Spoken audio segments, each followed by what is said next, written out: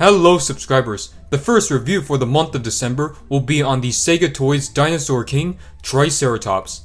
Now, I originally was going to review the Alpha Acrocanthosaurus first, but then I found an image online and a page on Dinosaur King Wiki which showed that there's actually a specific order for these figures. For example, the Triceratops is number 1, the T-Rex is number 4, and Spinosaurus is number 5. I won't only be reviewing the regular Triceratops for this review, but also the Dinotector armor version as well. First, let's take a look at the detailing of the regular Triceratops. There really isn't a whole lot to talk about here. You can still see some scales and musculature. It's probably good for this line, but compared to all of the other dinosaur figures that are out there, it's pretty weak. The best detailing is the scalation on the back and on the frill. At least the head still looks like that of a Triceratops. I don't blame Sega Toys for the lack of detailing, as these are based off those CGI models from the anime, which really weren't that detailed themselves. But that's understandable, as I guess they didn't want them to look too realistic for their 2D environment.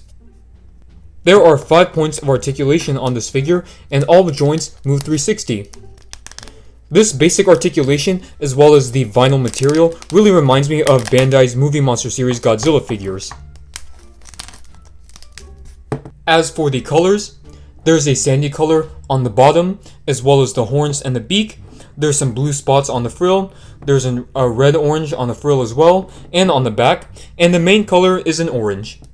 So this, as well as the vast majority of dinosaurs in the anime, are very brightly colored. This was done so they would appeal to the younger audience, which is what Dinosaur King is targeted towards.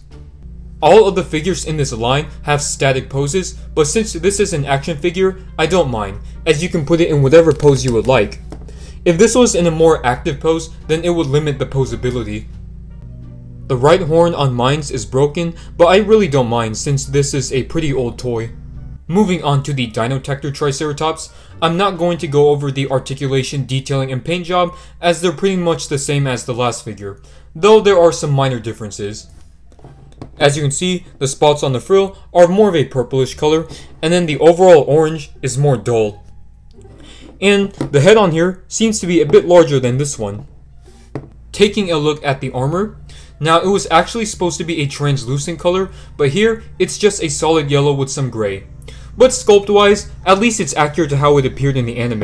And I think that the Dinotector armor is a cool concept, it fits within the show well, but it's not really something I would have in figure form. I'd rather just have the dinosaur toys without the armor. Starting off with our comparisons, here is a Mattel Jurassic World Triceratops, drastic size difference, and the Beast of the Mesozoic Subadult Triceratops. Next up is the 2019 figure from Mojo Fun. Here is Safari Ltd's 2018 Triceratops.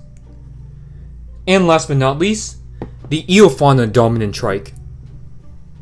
Well, there you have it guys, this was my review on the Sega Toys Dinosaur King Triceratops and Dinotector Triceratops.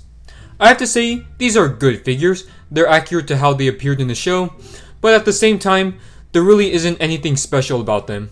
I can't really place my finger on it, but I think it has to do with something about me not being a fan of Dinosaur King's design for this animal.